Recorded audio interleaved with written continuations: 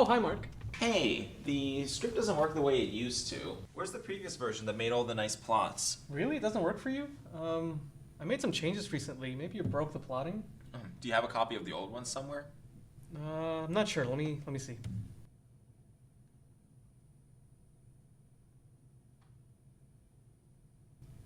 Oh.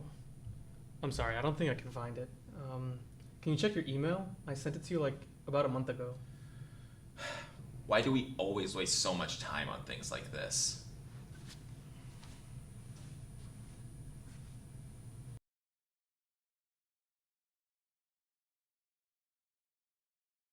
You may have experienced problems like the disaster you just saw in your own research. While it's important to have working copies of your code that you can go back to, creating multiple copies of the same project isn't always the best way to go. Things can quickly get out of hand. That's where version control systems like Git can really make a difference. Whether it's a large project or a set of scripts, a version control system lets you keep track of how a project develops. With version control, you can save snapshots as you work. If you make a change you don't like, you can easily go back to a past version. That way, you can make changes without worrying about how they'll affect your progress. One commonly used version control system is Git. Git creates a repository, or repo for short. The repo is a collection of all of the files in a project, as well as their histories. You contribute to a repository by adding your changes, which become part of the project's history. Let's see how our researchers could have used Git to make their lives a little easier. In this demo, we will cover how to initialize a Git repo, how to create commits, and how to go back to a previous commit. At the end of the video, you'll find a page that shows all the things that we did today in command line form. Before starting, you need Git already installed on your computer. Today, we'll be working in VS Code, a commonly used editor with lots of helpful features, including support for Git. You can also use Git in the terminal or in an app like GitKraken. The Git functionalities remain the same. Here, we have opened a directory with 2 Python files. We want to start keeping track of changes to these files. First, we need to initialize a Git repository for this directory. In VS Code, this is possible under the Source Control tab. This is your Git status window. You can see we have changes to the directory in the form of our new files.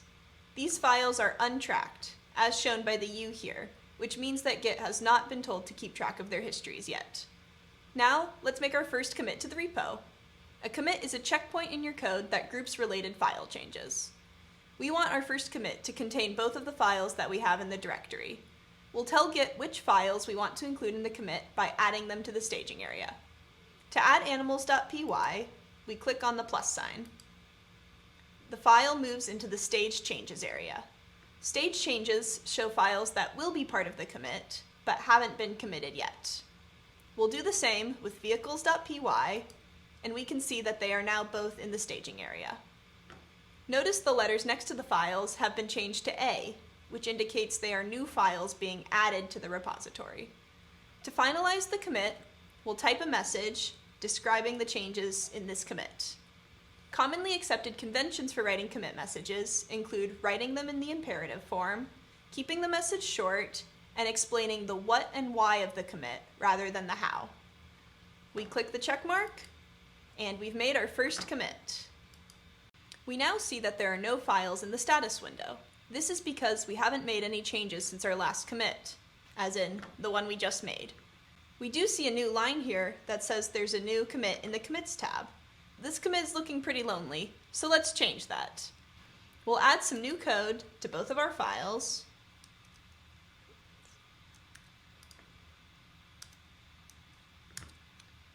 Now, notice that these changes are marked with an M, meaning these files have been modified since the last commit.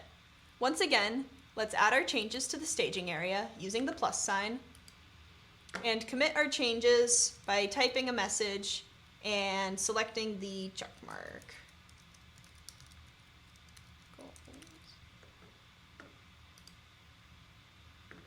Now, both of the commits appear in the history of the repository with the most recent changes on top. As we work, we make and commit more changes.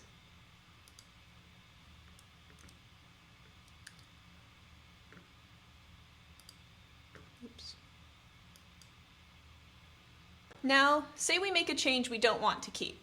We introduce a bug, or the feature we were prototyping just doesn't work.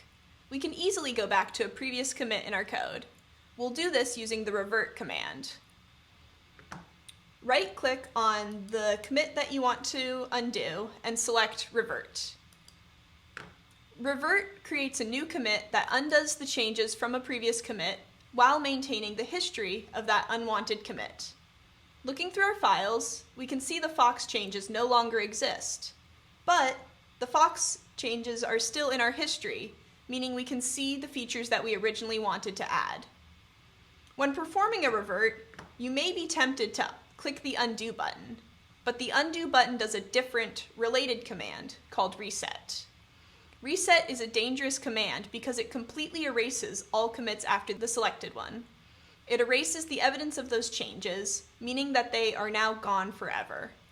Revert is safer and less destructive, so we generally recommend using it instead of reset. Awesome! Through this demo, we've explored how to initialize a repository, commit your changes, and revert those changes if something goes wrong. This is just the beginning of what Git can do.